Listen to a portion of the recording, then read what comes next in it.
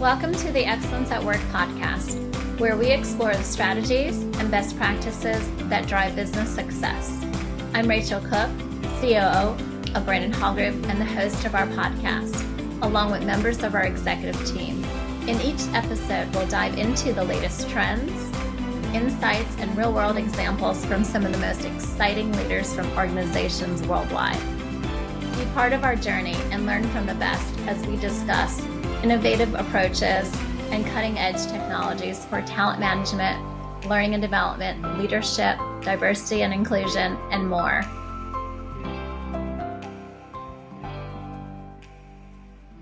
Hi, I'm Rachel Cooke, the CEO of Brandon Hall Group and the host of our Excellence at Work podcast.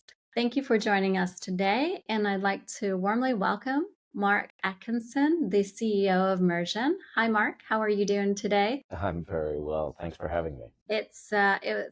We had a great conversation a few months back, so I am looking forward to continuing our discussion around upskilling, and particularly we're talking today about scaling skills and how simulation and Gen AI are meeting and enabling us to further kind of drive development, drive innovation, engage our people and our workforce to help them optimize and perform better. And so as you work with clients across the globe and help them in their teams, what are some of the things that you're doing, or what's from your perspective, what's working and what's not working? Well, I can tell you what our clients want for sure, and therefore what needs to work. I think clients are keenly aware that the ability to actually demonstrate a skill, to be actually in their regular routine,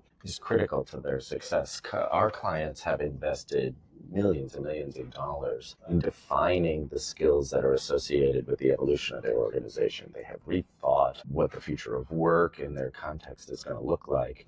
They have reimagined what the skills that they're going to need in their workforce are. They have aligned their job descriptions, all of their postings, their performance evaluation systems. They built this entire infrastructure around thinking about the future of work and the associated skills that are going to drive high performance in the future of work. It's an enormous effort. Now, the question is, how do we upskill everybody to be able to demonstrate those skills on a daily basis? And I think most importantly, what does that look like when people are doing it? It's one thing to see these words on paper. It's another thing entirely to be able to walk into a meeting, a factory floor, a customer service call, a meeting with a client, and say that member of my team is performing those skills that we said we cared so much about to the highest standard that we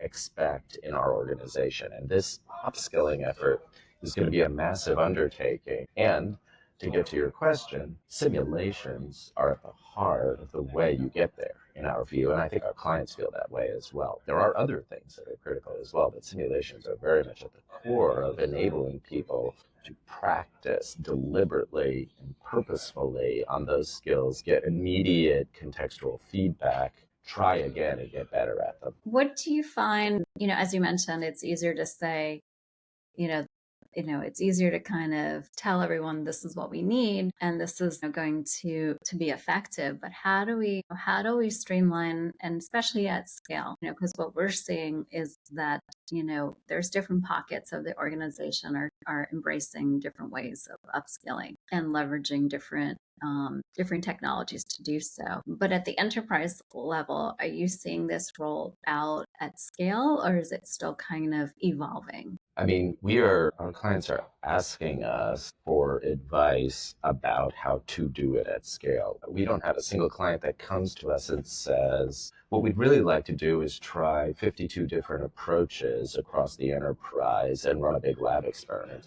People do run A/B tests. I mean, obviously, particularly with new technologies. But once they settle on something that works, they want to take a comprehensive approach to upskilling the organization to the extent possible. Now, in fairness, that can look a little different in different areas of the organization. And I'll give you an example of how I think it looks in our organization. If you think about simulations going from the C-suite all the way down to the front line, C-suite executives presumably show up having demonstrated leadership skills. They wouldn't be where they are ostensibly. Although I would say our results of performance in simulation don't directly correlate to role. It's not the case that just because I've grown through seniority to a position of power in the organization where directly or indirectly I supervise thousands of members of the team, that I'm necessarily good at the skills the organization currently holds dear, many of which are skills around both leading oneself, building and leading teams, and driving performance results. Those may or may not. I may have been a terrific individual contributor who, through some combination of other skills, got lifted into the organization, into a senior vice president role or what have you. And but my needs may very well be different, and my schedule may very well be different from a frontline worker who, by and large, may need some of those same skills if I'm to represent the product, service, or brand well. But I can't be pulled off the floor for more than 15 minutes at a time without causing disruption. And if you look at the way time management works in an organization, typically the higher up the org chart you are, the more flexibility you have over your schedule. And so we see at the senior levels of organizations a real interesting look at simulation plus coaching. And coaching is sort of to build on the skills and apply them to very specific contexts. And we see on the closer to the front line a need to very clearly focus isolated skill development and get multiple repetitions, but in relatively short doses, if you will, because people are either literally interacting with customers and pulling themselves off from the service line, whether it's a hotel, an airline, a food service establishment, or they are grabbing time pre and post their shift in order to get these sessions in the break room. And so like time management is critically important. The modality of the way people consume them, the complexity and time they can associate with it are different. But ultimately, what the organizations want is very much the same. They want to see their brand well represented from the C-suite to the front line, and its values well represented in the way people show up interacting with their colleagues and their customers. Right. Yeah, absolutely. As more people and more teams in the workplace starts leveraging Gen AI within their learning, how are you showing, or how are your various clients measuring the impacts and reporting on that impact? So we measure impacts a variety of different ways. So first, we isolate the skills themselves, and we simulate. Actually, I want to say something first. There is this misnomer that somehow just by having a conversation with a bot, I'm actually learning something. I'd argue a little bit like collaborative learning in school when you don't put young children in a purposeful conversation with an educator present with an explicit learning design. Kids are reinforcing their ignorance and not actually getting smarter just because they're talking to one another. The same is true of adults. The idea that I can just pop up a chatbot and somehow become an effective leader is kind of nonsensical. These models were never designed to purposefully push you to develop an explicit skill and measure it. The simulations, there is a huge amount of effort that goes into the design. And as you know, we do these with a blend of human and AI, and we do them entirely through AI. But whether we do it through the human or live experience or the pure generative AI experience, there are huge amounts of guidance that's given either to the model or the human. There is an explicit design. So the first thing we measure is the first thing we do is design a simulation as an assessment. We are testing your ability to do something. We're doing it in a psychologically safe way, but you are coming in with an explicit challenge that the company holds dear. This would be a challenge that might affect your ability to conduct yourself as a leader, as a salesperson, as a customer service representative, or a frontline worker. There are capabilities that the organization hired you to do on a daily basis. For example, we expect frontline people, whether they're dealing virtually or in person with customers, to be able to de-escalate conflict and reframe things to deliver a brand promise. And depending on our product or service, the way we go about that is the way in which we want our brand to show up in the world. And when people onboard initial staff, those staff don't arrive knowing how to do that. They haven't had the sort of situational experiences to do that. So simulations need to, in order to be authentic, they need to accurately represent the challenge the way it shows up at work. That customer that's frustrated because their coffee isn't ready and they're racing to make an appointment, that passenger that shows up and thought they were going to have the aisle seat and they ended up in the middle seat and they're furious because they've got 1,000,000 miles in their points program, that business traveler that comes to the front desk at your hotel and they expected their room to be ready, and of course it isn't because the prior guest didn't check out on time. And so all of those things that are beyond the employee's control, the different companies behind those brands want you to show up a certain way to represent their policies and their brand promise. And the way you do that is not just the knowledge of what the policy is, it is very much about the intelligence that you bring to the interaction that you have. And so when you build a simulation to do that, you have to very carefully tailor it to the circumstances that that person has. And there are skills that are demonstrated: the ability to establish trust with someone, the ability to de-escalate the emotion associated with that conversation, the ability to problem solve a solution that makes the client or customer happy. Those are all skills. We measure and evaluate those skills, and we do so objectively. With AI, we are able to actually reliably score individuals across those skills. We can compare them by property or airport or region of the country, or even we can benchmark them against other organizations that have similar kinds of people. We do that. And we also can correlate those skills to the NPS score associated with the customers that experience your brand with those people.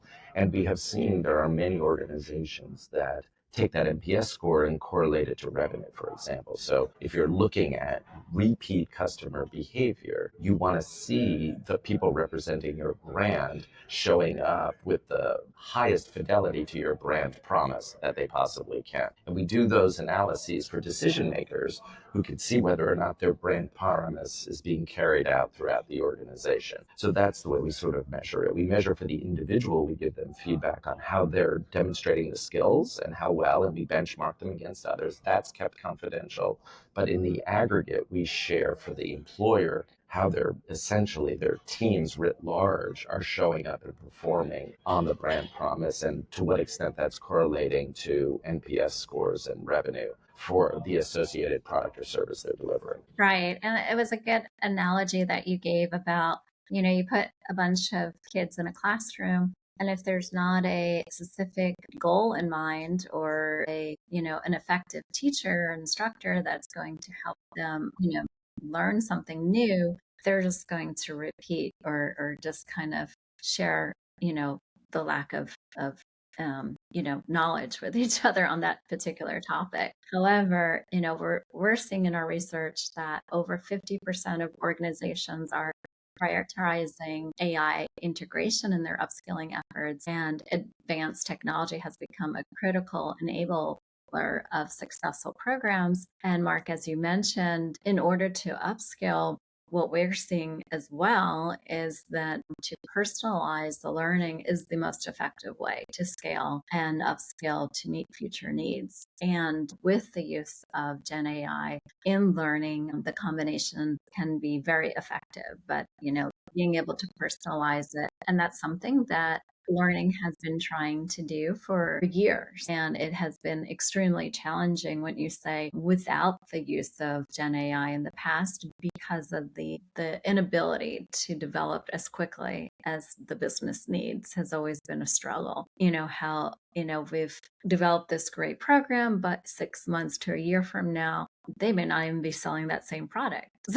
Like, how can you, in the past, that's always been a struggle. So I think, I know now, with the advancements of Gen AI and the integration of learning solutions such as yours, it really kind of helps move that that needle faster and more effective than ever. So I couldn't agree with you more. And look, I'll say something that I think we would all agree with, which is learning designers, those who run talent development in big organizations and small, have over the years had a variety of tools. They've always had subject matter experts. They've often had to fly them in and introduce them and let those people talk to and at their staff. Developed online ways of communicating and scaling some of that content. Video transformed the way one could relate to the experience and do storytelling around learning. All powerful tools. All of those are obviously still relevant. However, I think we've seen that Gen AI is perhaps the most powerful tool we've ever been given because it has unlimited potential to not only customize but also personalize learning. And so the question is then, how do you apply it? And I think the thing that I just want to emphasize is that I think that the promise of Gen AI as we are seeing it is the ability to really carefully tailor simulations to the context in which adults find themselves working so that the situation becomes as close to game time, if you will. Like if this is scrimmaging, right, if simulations are scrimmaging, you want to be scrimmaging against your real opponent. You want to see what it's like to be up against that other basketball team. How do they play? How do they pass? What tires them out? What are their weaknesses, right? If you think about that, it does no good if you're playing, the Golden State Warriors to be practicing with a local high school team that has never played basketball. You got to be playing with a really top-notch team. And in a sense, practicing and getting repeat practice where you can fail safely and get feedback is very much at the heart of this. So,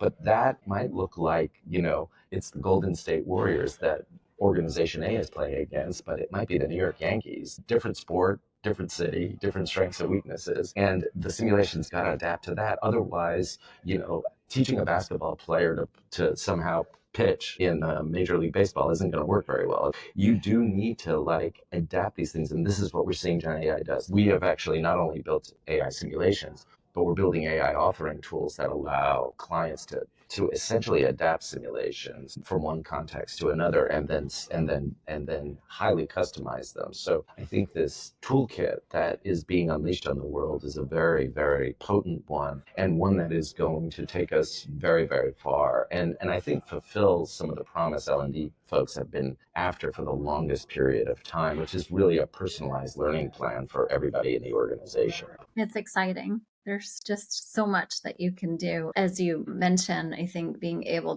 to scale and customize is critical. And we've seen it. The actual learning needs, as far as the modality or the framework for being able to deliver relevant learning, has not changed necessarily. The mindset as far as how do you develop people, that kind of is still kind of the baseline. I think the different pillars and the way that we reach learners and the way that we scale and the way that we need to adapt has changed. And that has increased and that has become more scalable and more rapid as far as the ability to develop and to be able to also access different experts. You don't have to fly them in necessarily. You can reach them at anywhere in the world, probably at any given day, based on timing and the ability to connect through technology. So that's pretty exciting. And that has, we've had that capability for quite some time.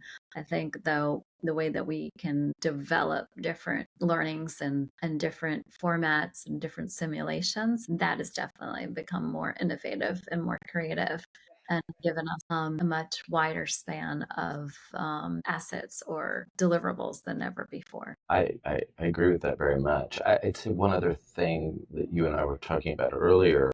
I actually think you used the word adaptability. I think it's a very good one. I think in some ways, having thought through all of these skills that are necessary for the future of work, at least our clients are saying to us that there are two things that matter more almost than all of those skills. They are adaptability and the ability to learn. This notion that learning is work and work is learning. I have to say that if there is a theme that we're hearing more and more, is that the nature of work is changing so fast and the externalities that impact work, including the externality of generative AI, by the way, which is fundamentally transforming the way all work is getting done. are so powerful, so rapid in the way they're impacting things, and to some degree so unpredictable. Those things that have always been part of the evolving nature of commerce in the world. There's the acceleration of that is meaning that the number one thing we need to be looking for are people that are adaptable and committed to ongoing lifelong learning. And I think Gen AI thrives in that environment because, as you say, it puts the expertise of the world at your fingertips at all times in a really potent way. It's exciting, very exciting. And I love the work that you're doing. And you've created some really great, very creative approaches. And we've seen it in the past from our blended clients that we serve. So, I'm excited to see what's in store for you next. As we wrap up our chat today, is there anything else that you would like to share? No, only that I believe that the power of personalization is what really lies on the horizon. This notion that the host character that Mursion brings to its clients could eventually become your personal coach and advisor,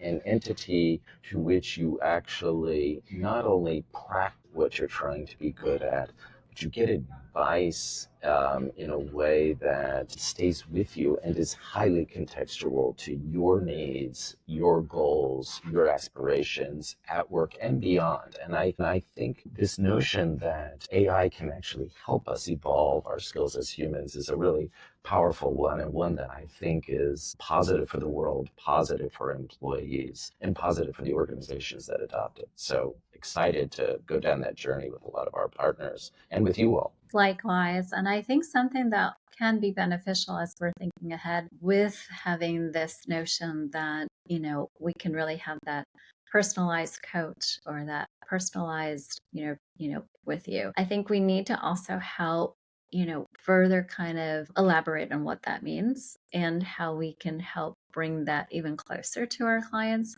Because I think that's still kind of questionable for them, don't you think? Just like how can they obtain it in a way that it's really easy, it's really going to be kind of just, available to them, and that it's going to cut and save them so much time, but also help advance them and help develop them. So I think as we evolved in kind of helping create these great innovations, I think what the market and what we see a lot is still kind of how can they do it? And so as we kind of move forward, I think that's going to kind of be our biggest, not what they can do, but how they can do it. Wouldn't you say, Mark? I think, yes, I do. I think I predict that there will be a big paradigm shift in the way in which learning is accomplished in organizations. I mean, to repeat what I think has become a bit jargony, but I think it's still true that, learning will happen in the flow of work, and tools, the ability to practice just in time, the skills that I need when I need them, so that I'm developing expertise and becoming thoughtful about how I demonstrate that expertise at work in one integrated flow. It no longer will be that we hand out policies and giant sort of documents of expectations of what we can do. It is that systems will serve up the opportunity to learn that and demonstrate it and practice it over and over again when you need to be able to do it. And I think that how we engineer systems that make that really easy for end users is the task ahead. But that's a design problem. It's not a technical problem. And communications, and again, it's not necessarily just us. It's the managers, it's the leadership. I think that the communication piece is going to be huge. Yeah, I agree with that. Well, thank you, Mark. It's been again a great discussion, and appreciate your thoughts on this subject. And just wishing you well, and I hope you have an enjoyable rest of the week here. Thank you. You do the same. It's a pleasure to be with you as always. Take care. Bye bye.